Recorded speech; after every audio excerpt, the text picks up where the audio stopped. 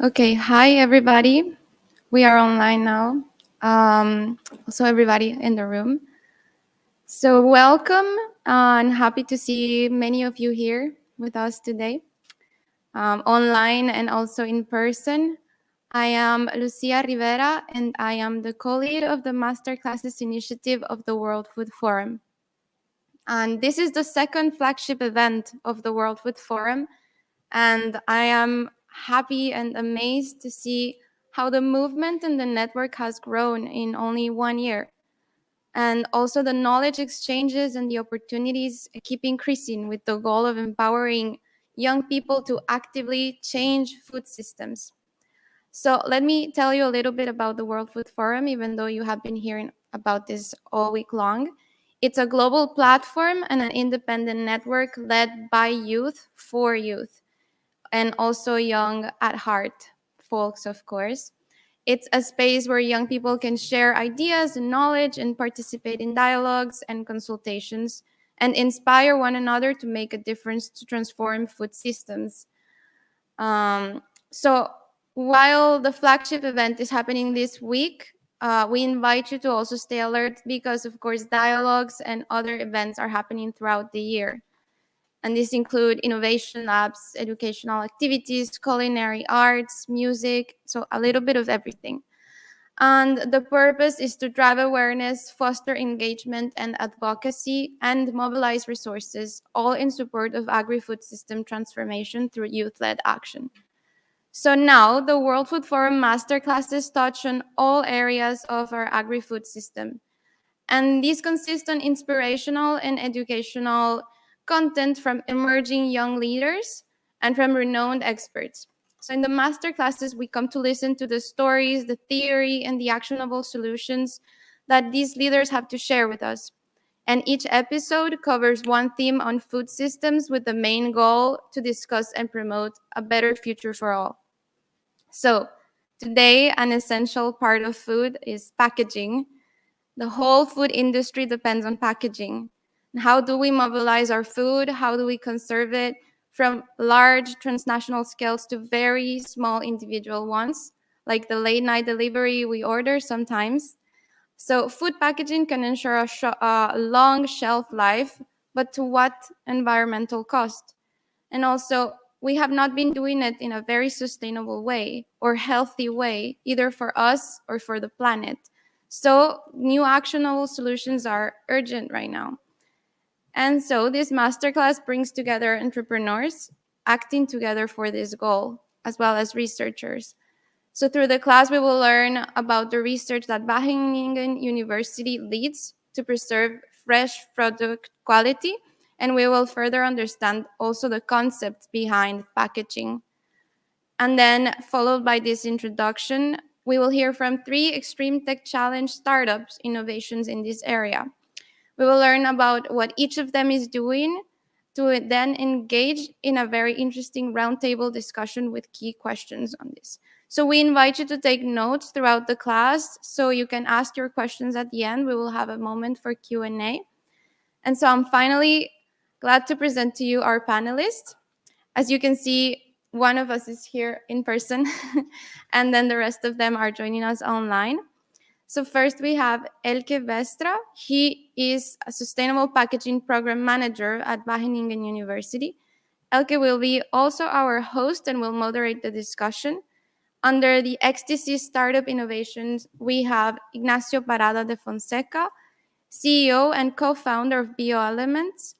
Then we have Kritika Tyagi, co-founder and head of product of Ertos.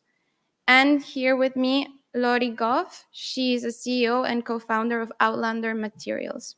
You will now learn from each of them and what they do. So now I pass the floor to Elke. Over to you.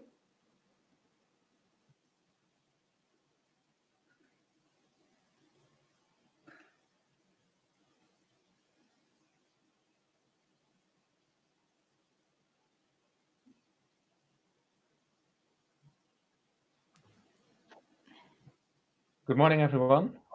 I hope I am loud and clear. Thank you for Yes. having this World Food Forum.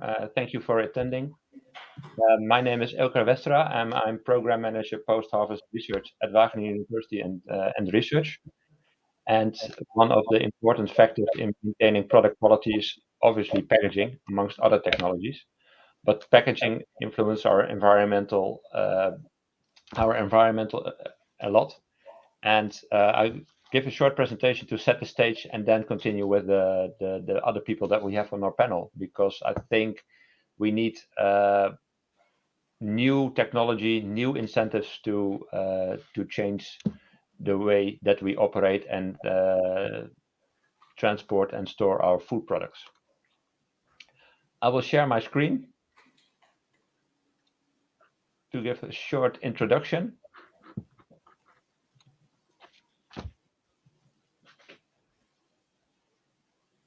So, on sustainable food packaging, we know that fossil-based packaging material ends up in nature and is polluting the nature around us globally. And we've seen this effect. The oceans are filling up with the plastics that we use. It doesn't degrade, so it remains in nature for for centuries, and it's affecting actually our wildlife, our living environment, and our health. And also from World Food Forum, what Lucia said, the youth, but also other persons, they are looking for a change. We have to look for a solution because we don't have a second planet. We have to live on this planet, and we have to work with this planet, and we have to create an environment which is livable for all of us, and not only humans, but also the nature and wildlife and anything around us. So we have to come to solutions. Well, the vision from Wageningen is that it should not only help to prevent food losses, food losses has to be minimized. There are other sessions in the World Food Forum to target just specifically that, but it also has to be easy of use, convenient, minimize cost, but to contribute to a livable world. And at Wageningen, we are convinced that all these things are possible, but we have to change the way that we are working right now. So together with the industry, we're looking for more sustainable solutions and to reduce packaging. And we're doing that actually with the R's, and these are well-known R's on replace, reuse, rethink, reduce, and redesign. But changing the way that we operate right now, which is a very efficient and cost-effective manner, it's quite an incentive of a problem to tackle, because we are used to the way that we live and we're used to the packaging systems that we use. So behind each of them, I've placed a question mark. So how to do that? And I'm happy that we have a couple of entrepreneurs here that have solutions that actually tackle one of these topics. And it's not so easy as you might think. It's not only the carbon footprint, so it's multidimensional. So what about the global warming potential? How does it save food from being lost? What about the recycling? Is it recyclable? What about litter prevention? What about circularity? And not last but not least, what about the costs? And there might be solutions, but they have a different um, aspect where it's good or bad or better, and depending on the situation, you have to find an application of that new packaging material. And each packaging material can find its place in the whole supply chain, preventing food waste and loss, but also have a sustainable impact on our world. That's my short introduction, and I think it's good to start off with the panel discussion. I'll stop sharing and kick off with a short introduction of each of our panelists. So, Laurie, you're present in the room, so I'll give the floor to you, and please let us know what you want to share with us. Hello, everyone. My name is Lori Goff. I'm the founder and CEO of Outlander Materials. It's a biotechnology and material science company based out of the Netherlands. And we use biotechnology to convert low value and waste streams that come from the food industry into intermediary products, where we then turn them into functional, compostable, and completely non-plastic alternatives for thin film materials that can be used for packaging. That's it. Short intro. Thank That's a you, lot. Laurie. And then over to you, Ignacio. So please Hey introduce yourself. guys, hey guys, it's a pleasure to. I'm so happy to be here. I wish I could be in Rome with you, but well, online it's okay.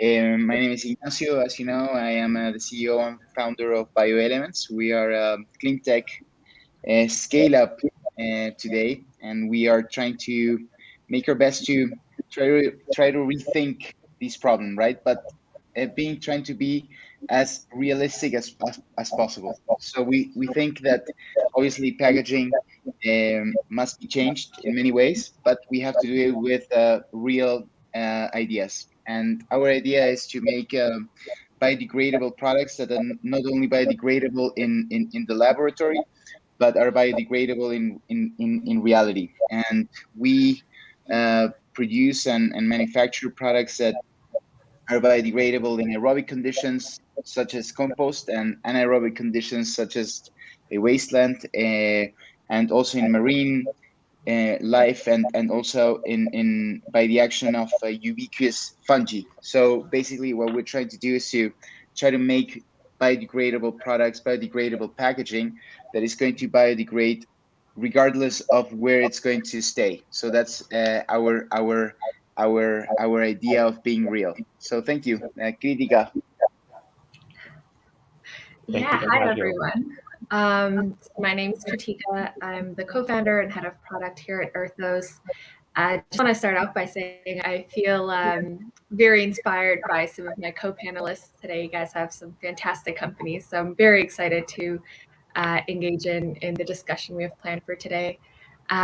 So Earthos is an advanced material science company, and a lot of what we do is we leverage bio-based biogenic inputs like agriculture residue, byproducts from different farming resources, and we try to convert them into alternatives for single-use plastics.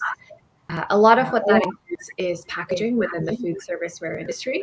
And everything that we build and we create is not only bio-based, but also compostable, and ultimately has a significantly better LCA than some of our competitors in the traditional plastic space. So things like polypropylene, high density polyethylene. So we have two grades of product at this moment. We have an injection molding compatible material, which is more those rigid takeout containers that you see. And then we have a flexible packaging as well, which is those films that you see stretch over foods. Thank you, Kritika. I think we have an excellent panel with the nice new ideas which can actually change the way that we pack our food. So to start off with a question for you, Laurie. So I see on your website that you have pay of waste is optional. Can you tell us more about that, and how do you convey that message to your clients and end consumers? Yeah. For us, I think it's a reimagination of what we consider waste and how we utilize our resources. For an exceptionally and too long period of time, we've used virgin resources to go into our materials, and that's a really ineffective way of doing both how we allocate our resources towards food production, but also what we do with materials. And so then we've started looking towards the low value streams and waste that come from food production industry, which are like massive and they're everywhere and they're mostly going to waste. So we've considered how do we determine that, and does it really need to be something that is wasted? Can it not be a resource? And so if you consider that waste is optional, it's an option that you can choose to use that as a new input for our products. So we work with all of the low value streams that come from our region, mostly high sugar streams that are coming out as the side products. And then we can convert those into intermediary products that have a higher value at the end of life. And how can you convey that message actually on sustainability to the users of your product or even to end consumers? So how do they understand that choosing your material is more sustainable than going through the normal standard materials? I think at this point, most people are aware of the negative externalities that come from plastic production and use and how that ends up in the environment. So that's an easier hurdle. You don't have to sell that problem anymore. And with our materials, they can still meet all of the same kind of criteria for barrier and physical properties that we're seeing from conventional packaging. So this part's met. And then we've done an extensive LCA across, starting from the inputs through production through the end of life. And we see a 70% reduction in carbon compared to a lot of the materials that we use currently in packaging. So for this, it's fairly simple for a lot of the clients that come to us. For one, they like the story of beer. They're interested to learn that there's so much waste in it and that maybe drinking beer can lead to something better at the end. And they're happy that they can interact with a physical product that is both functional, has a lower carbon footprint, and at the end of life completely degrades naturally in the environment. Okay, thank you, Laurie. Going to you, Ignacio. With biodegradable products. So is that the main sustainability feature of your product, or do you also convey other sustainability elements of the products that you market? It's a very good question. Well, as you know, guys, we're based in Latin America, so obviously the reality that we have is very different, maybe in some countries that we can find in Europe or basically in Europe if you compare Europe to us. So we thought when we started this company, we knew that we had the ability to be compostable in either home or industrial facilities, but no one composts in the end. So when no one composts, then the question is, are you really solving the problem? So that's basically the reason why we started, and we started changing formulations and making new formulations to make our products, our bioproducts, biodegradable in other conditions. That was basically the idea behind our project. So I think that's something very important because we think about sustainability like in a very generic way, but we never think about it when we go to the reality of the place where you are using that product. So um, in my opinion, it's not only about trying to eliminate or trying to prohibit some products, just like I'm going to prohibit plastic or I'm going to use less plastic. Uh, if I'm going to use less of plastic, am I going to use more paper, for example? Is it paper more sustainable than plastic? And sometimes it isn't.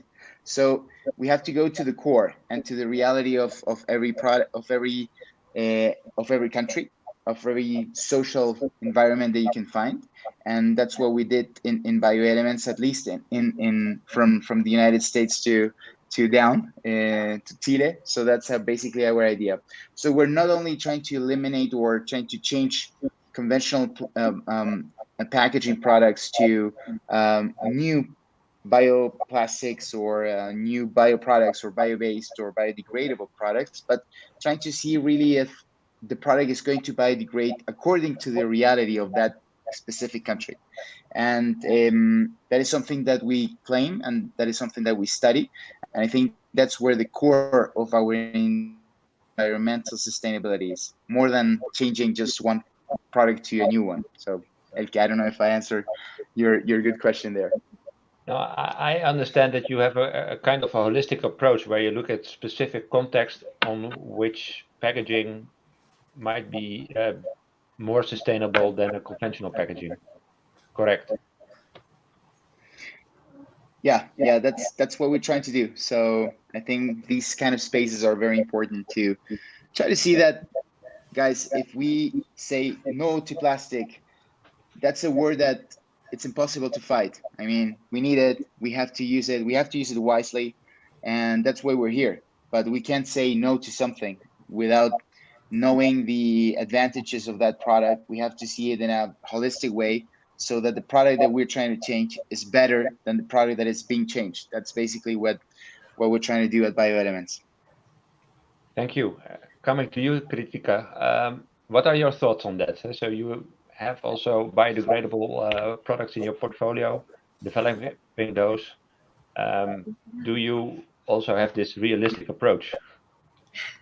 Yeah, so something that we do that's very similar to bioelements is, we look at both the lab-based compostability that happens with our material, but also the actual end of life where it goes into a compost facility and seeing whether there's compatibility between the formulations and the materials that we've built, the form factor that they're going to be retailed in, as well as, again, that end of life that we're hoping to claim.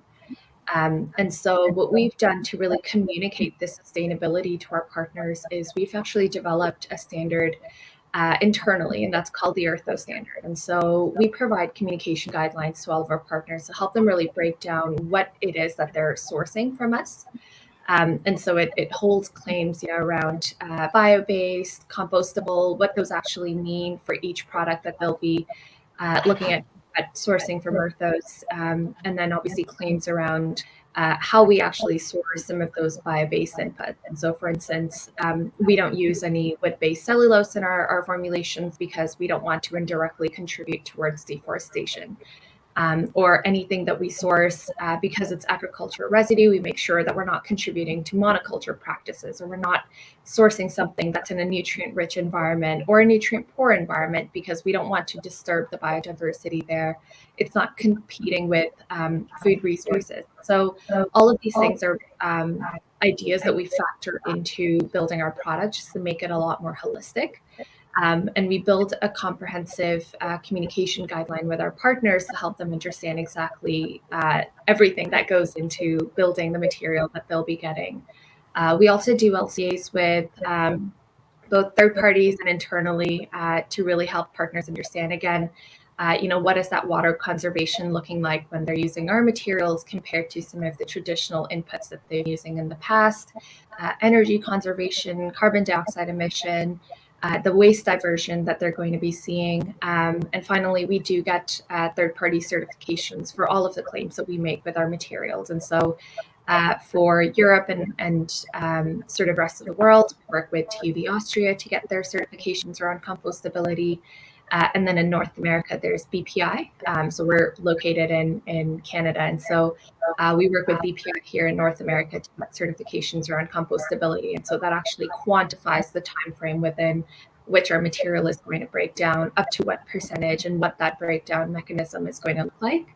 And then we also actually do information webinars. So for certain terms that we're using today, like degradable, biodegradable, compostable, some of our partners may not know exactly what those means, or people looking to get into the sustainability space. And so we host a lot of educational webinars on what those means, or differences in even just composting pathways and the mechanisms within which materials can break down. So we try to be as involved in the space as we can. And again, conversations like what we're having today are so important for people to learn a lot more about the sustainability space and understand really the different solutions that are available, and how they can actually help reduce some of the waste within major supply chains that we're seeing today. Well, thank you for your answer, Kritika. I think from all of you that you already have this multidimensional view actually on sustainability of packaging, and it's not a one-dimension solution. So, and I think that's also the challenge in the world. So how can we move towards a more sustainable food packaging system? And happy to hear that you're contributing in this way. Coming back to another question. So we have the functionality of traditional plastics, and those are well known for decades right now, and we have the benefits of those materials in prolonging shelf life for days or even months for certain products. How do you take that into relation with the new development of your materials and the functionality of those materials? Starting with you, Laurie, do you have any thoughts on that? On how we compare the functionality of ourselves versus traditional plastic and what that means towards the sustainability of the overall product? Yes, exactly. So it's there to protect the product that you pack, but you're now introducing new materials with new functionalities or other functionalities. Yeah. Okay, so this is a super important question. I think it's the impact from the overall product getting to a person is the most important factor. Most of the impact comes in the actual product that's being protected, and packaging role is to get that product to the consumer and to be fully consumed in the best possible way. And so the first step of that when making new materials is to make sure that we can meet the same kind of standards that are seen with current packaging. So barrier and physical properties need to be similar, if not even better, than what we see from current packaging. And we've been able to meet most of those and even exceed most of the barrier properties that we see compared to a lot of plastics. So on the material side, as long as you can meet that, your first and biggest challenge is done. The next one is about mixing and matching that in the most effective way with the right product, because the impact that comes from meat packaging is wildly different than a ketchup packet. And so from the meat packaging, since the impact there is so massive, the impact that comes from that package is only maybe 2% of the total carbon emission. So in that one, you have a bigger responsibility to make sure that the meat ends up at the consumer and that it's consumed in the most effective time period. But when you already move down to dairy products and vegetables, the impact moves already up to 10%. So these are not negligible numbers. And there you have more headway to make more impact when you start looking at the packaging differently. And then when you get to the sauce packets, I think it's almost 50%. And then we also take a look at not only this particular impact equation from, I think it's the PRI method, so packaging of relative environmental impact. So that's a quick equation that you can do to see where your product is falling. But after that, it's considering where the packaging ends up afterwards. And so when we look at, I think, the sauce packet, so anything less than a 5x5 is almost never recycled. Even if you have the most recyclable material in the world, it's not going to happen. So then that packet is completely wasted. And so we wanted to also create a product that, looking at not only the impact of the packaging, but its impact at where it ends up in the system, that there you can also make more of an impact. I'm saying that word too much almost in this sentence, but this is an important factor when it becomes, if you're considering true sustainability of a product. And then what we've seen is that around 45% of food waste, they're saying, is coming from retail and consumers, so when it gets to the household. But that waste doesn't come from new materials or different materials not meeting the shelf life. It's mainly that the expiration dates have been somewhat arbitrarily set to be sooner than when the product is actually no longer suitable to consume. So people are throwing away products that are still fine to eat, but then you're contributing to food waste. And also in that a lot of products are packaged too big. So consumers are buying bulk products that they can't consume fully in that time period. And that's also part of how we should consider the design of the packaging and the serving sizes and more effective shelf life dates. So not to over or underestimate, but really put more research into what's the most effective, true shelf life, and then properly convey that to consumers. Well, thank you for your answer. I think you're also stipulating that rethink, reduce, reuse, and that mantra comes also into place when looking at your product. For you, Ignacio, and maybe also for Kritika, so we're working with a biodegradable material.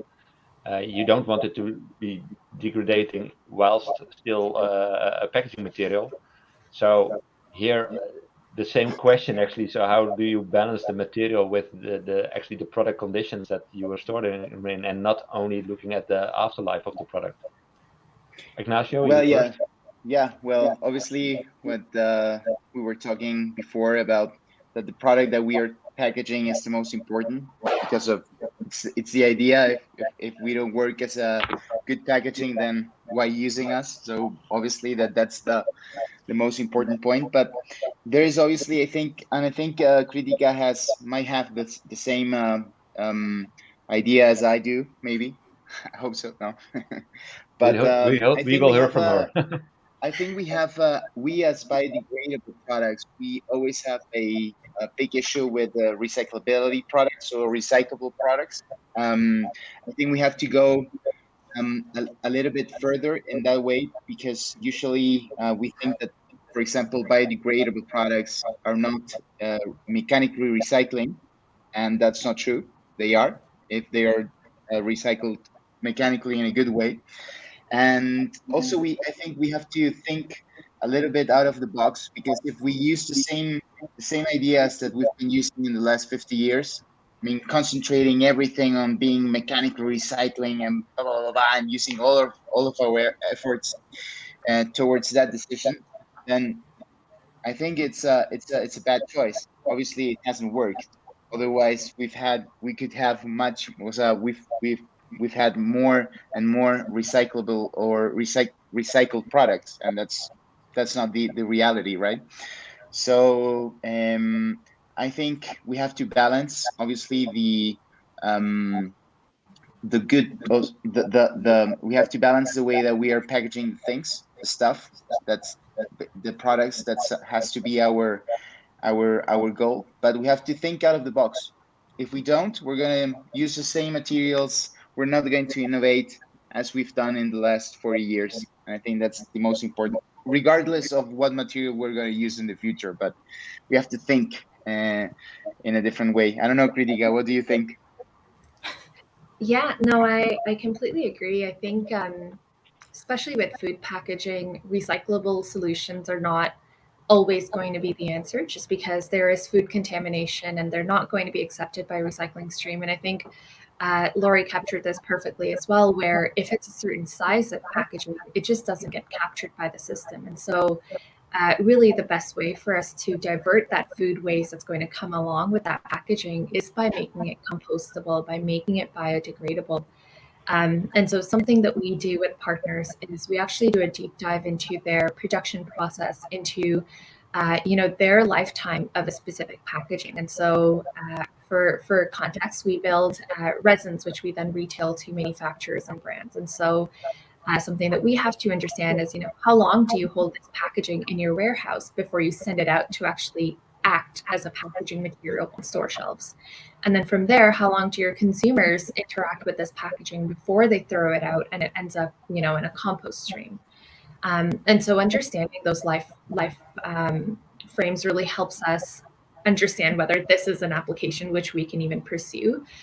Because if it's meant for something like pasta packaging, where it's a dry good and it can stay on the shelves for a really long period of time, then maybe it's not meant for biodegradable packaging. And then we have to look at, something that's a little bit more, like Ignacio said, a little bit more compatible with what a biodegradable solution can really service. And so we do a lot of conversations with partners to really understand exactly the real world life frame of this material. And based on those, we will select the applications that we can work with. And again, I think, for every plastic good, there's going to be no silver bullet solution. We have to look at, both reusability, recyclability, and compostability as potential alternatives all at once. It can't be just compostable or just recyclable, because there's quite a lot of plastic waste that we have to tackle. And I think we're all going to have to work together to really service the industry in that manner. So I guess to answer your question, a lot of the applications that we work with are mostly single or immediate use. And we make sure that there is a specific shelf life for all of these materials. And based on those, we'll actually get the correct FDA certifications for those particular applications. And then make sure, again, that we work with partners to ensure that that is the life frame of what each of these materials is going to be used within. Thank you for your answer, Kritika. So I think it gives a good overview on the thought on this topic from all three of you. Last question, actually, to all of you, and I think this is the elephant in the room. Working with industry, changing the packaging material. A lot of organizations and industry have long-term ambitions of making it more sustainable.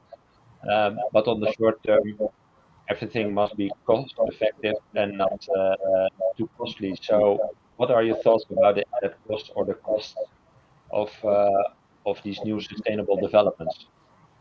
Laurie, you have any thoughts on that? Yeah.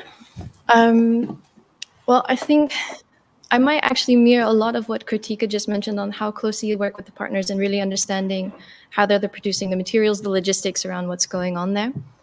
And so, in imagining how we scale up with our clients, we've done deep dives into their processes, and we've decided to co-develop the material for most of our launching clients so that it fits within their systems as seamlessly as possible. So to make sure that they don't need to purchase new types of equipment that are necessary for packaging, to reduce the switching costs as much as possible, to lower the hurdle for them to adopt a new material, which is already a big hill for them as well.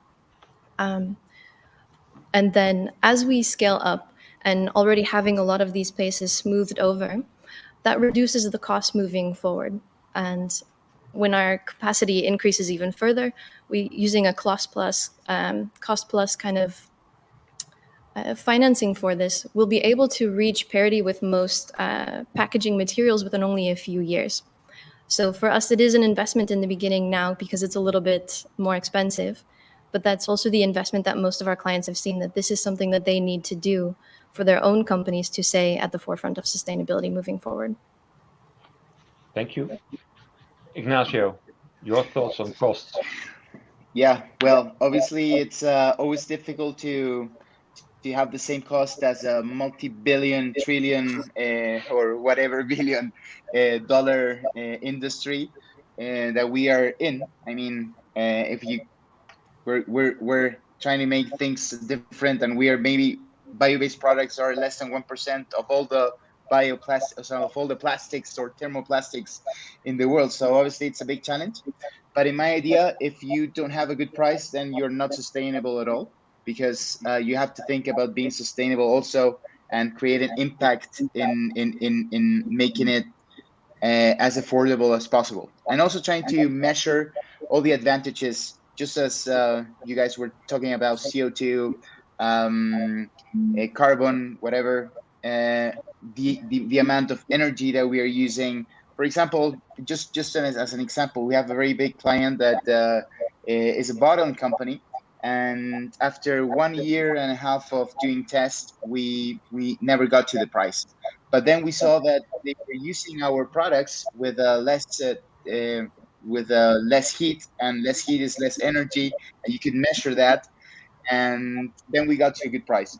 So with the rising energy prices, and we were able to see these good externalities about our bio products, and that's how we ended up with good prices. But trying to, in the end, if you don't have a good price, you're not going to sell, and you're not going to create any impact. So obviously, a good price has to be in the center of, I think, any business at all. Thank you, Ignacio. And what about you, Kritika?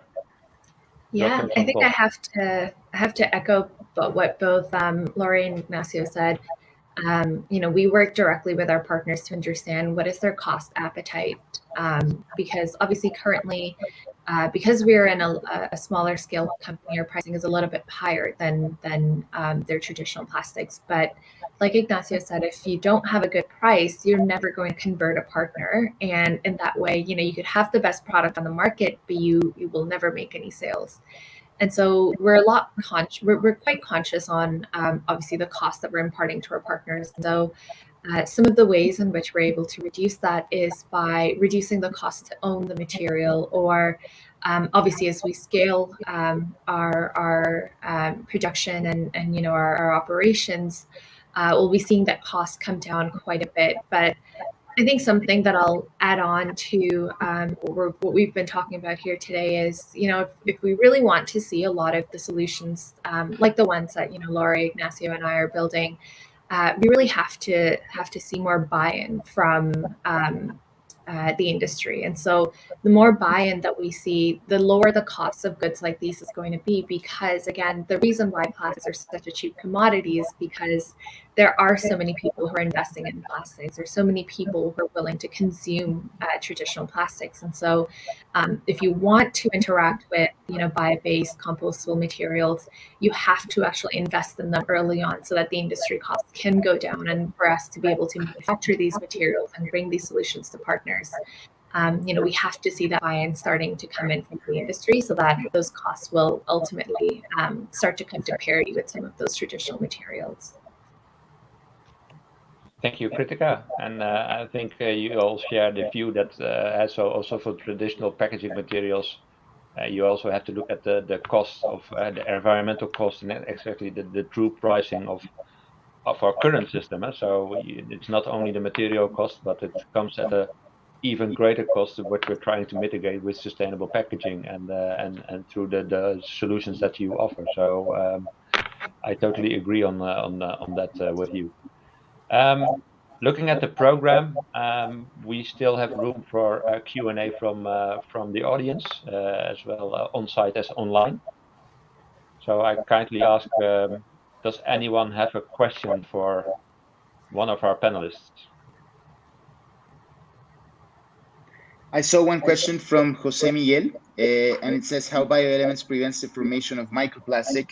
I think it's a very good question because sometimes we confuse fragmentation with biodegradability, and that's a very important concept that we have to think about. It's the same biodegradability if you can compare it to, imagine you have a piece of paper and you cut the paper into a million pieces, you have the same mass. Biodegradable means losing mass, converting into something other, serving as a fountain of energy, right, or carbon. And that's being biodegradable. So basically, if you have a biodegradable product, in maybe in one condition or more conditions, then you have to see, then you are really being biodegradable by losing mass. But if you only fragmentate, and obviously you're not losing any mass, you're just hiding the problem, right? So I think I wanted to really answer that question because it's very important for me, at least, as a concept. There's another question in the chat. So how do you increase awareness about sustainable packaging amongst young people? So this is the question from Hanin. Who wants to answer that question? How to increase awareness amongst young people?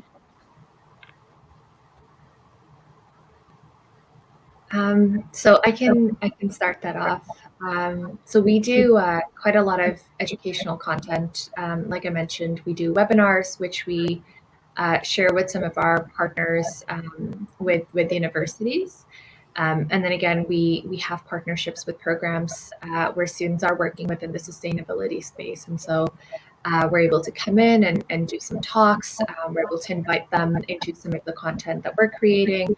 But obviously, the youth functions on social media. And so we do a lot of infographics on Instagram. And so for some of them, we actually collaborate with industry certification bodies and standard bodies so that we know that everything that we're putting out is correct and verified and vetted.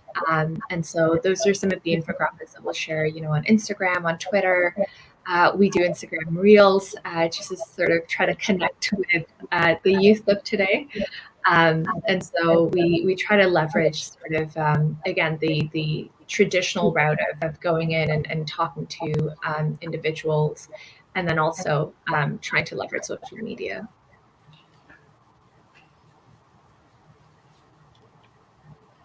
Any response from the other panelists on this question? We prefer a sort of the more offline but intimate touch, and that we're fortunately located in a place called Blue City, which is a converted indoor swimming pool that's now a circular economy hub, which is a really nice spot for a lot of students to visit and join. And so we do tours through the event space and discuss sustainability, not only from our own company, but all of the companies that are there. And then that crosses multiple stages. So like sustainability within the building environment, sustainability within foods, new materials across the board.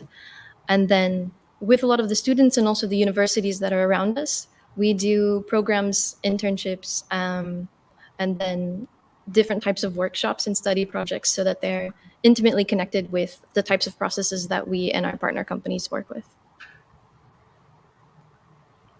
Thank you, Laurie. I think that also goes for Wageningen University, where we have actually a whole community of young people studying here at our university, and it's teaching and but also from our side doing, where you see on campus a lot of sustainable initiatives on actually how we are providing food and storing fruit on our campus. It can be even more sustainable, but also we have to be realistic on how to go through the packaging materials that we have on our campus. Any other questions from the audience? Maybe someone on site? Yeah, exactly. I want to encourage people here physically as well. Does anybody have any questions? We can pass the floor to you. Don't be shy. Okay, no questions. Okay, I no think, questions. yeah, no, I think Collins also had a question, but he's online connected with you. If no questions arise here, I'll pass the floor to him. No, we don't have any more questions online. Maybe a quick question from one of our panelists. I have a question for Elke. How do you think that academy or like universities, do you think they are really getting involved with the new solutions, or is it just in an academy status? Are they really doing stuff, at least your university, with companies like Bioelements or like Critica's company, or I don't know? Good question. Yes, we do, Ignacio. So we have a whole business unit working on bio-based materials that doesn't not only cover packaging, but also other materials like building materials. So what you see behind me is the whole research plant for biodegradable materials. It's through education, it's through consultancy, but also from contract research, where we also work with large.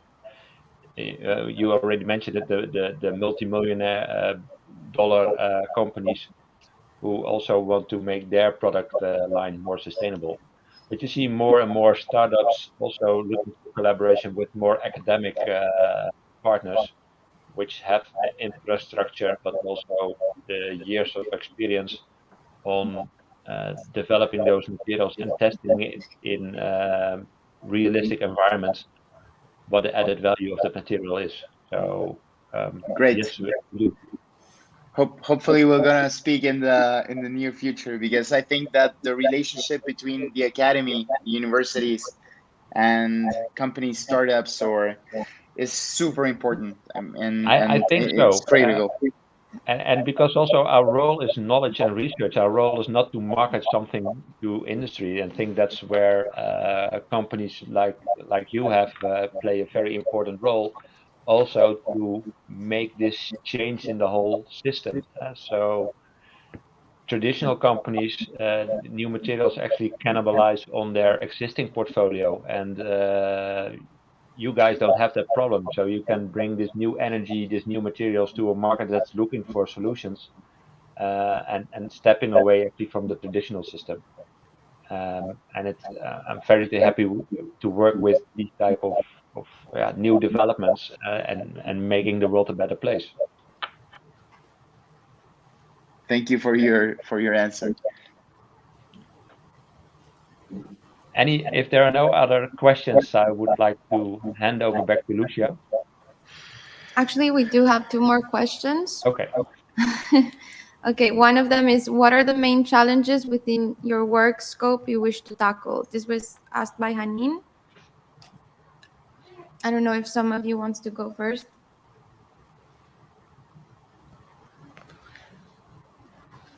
I think our next main challenge is scaling up production capacity. That's somewhat difficult to do. When you're a startup, you have kind of a small scale ability, and a lot of the testing that needs to be done is on industrial scale, so many thousands of kilos to run a pilot with the company. So for us, the biggest challenge is how to scale up effectively with minimal resources to do so. Yeah, I would echo that. We're looking at scaling up now quite a bit, just to obviously validate some of those scale up metrics that we have in house. But I think something else that we're looking at tackling now is trying to get some level of um, uh, comprehensiveness within the industry, and so getting that alignment on exactly what compostable bio-based solutions mean, and then making sure again that that alignment is global, so that one organizations like ours can work a lot closer, and sort of just bounce ideas off of each other, because we know exactly what all of the terminology that we're using exactly means, and exactly within which frame it fits into, but also understanding exactly the policies that are coming out globally, and making sure that, again, those are comprehensive in addressing plastic waste, but are also allowing innovation to continue and take place. And again, they're making sure that solutions like ours can actually be a viable solution for partners to choose. Thank you, Kritika. Last question from Collins. Oh, I see another one popping up. How do you intend to mobilize large corporates to buy into sustainable packaging? Well, there's the commercial side, right? So we have to try to sell. In our case, we're a triple impact company. We're a B certified corporation, and so I think that is something very important. We're not only looking for to generate money. Also, it's important for us to create a social and a social impact, obviously, and an environmental impact, which is like in the core of our business, right?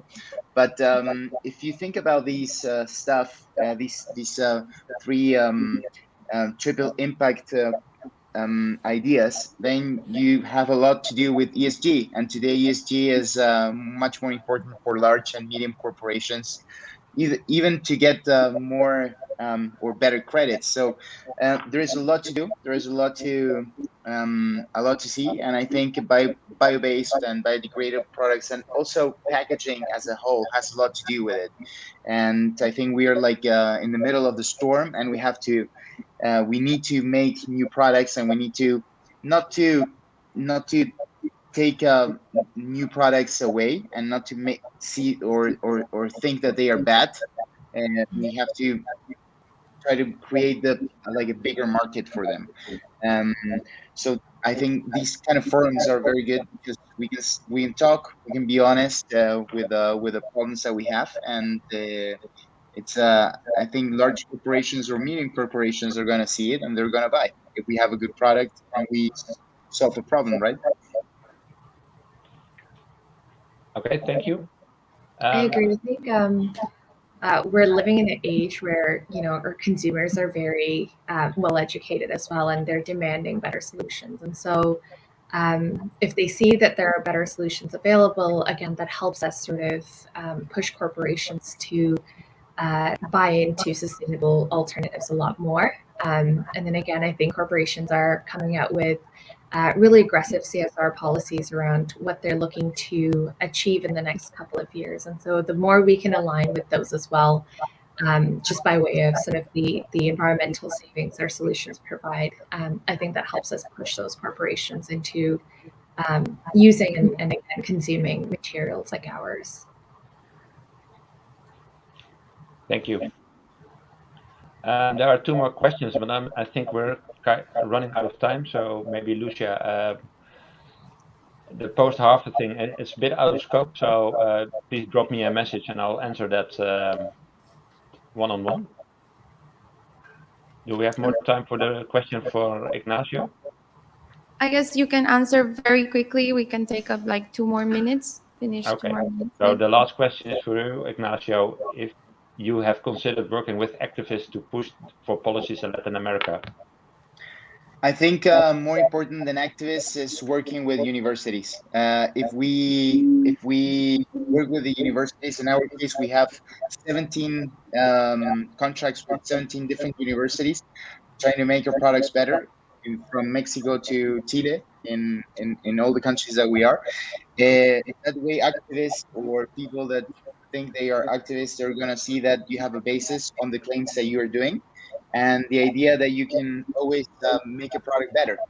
For example, when we started, we didn't have any marine biodegradable certification or study, and now we do. And that's after 7 years of or and a half of working in this space. So our idea is that maybe sometimes activists, or what you think about activists, are just like they have the truth, and the truth is a very unstable manner. So we have to work with universities, with the academy, to try to solve the problems. That's where we are trying to work a lot with. Okay, thank you for your answer, Ignacio. I think we're coming to the end of the Q&A, and I'll thank all the persons who posted the question. Thank you for your questions, and I'd like to hand back to Lucia. Thank you so much, Shelke. And I just want to close this session by thanking all of our speakers who joined us, even from very difficult time zones right now and from very far away. So thank you for being here, and also all of you who came physically to sit with us. And just invite you to follow all the rest of the World Food Forum event that will last until Friday. Thanks, and have a nice day. Thank you, guys. It was a Thank you. pleasure. Bye. Ciao.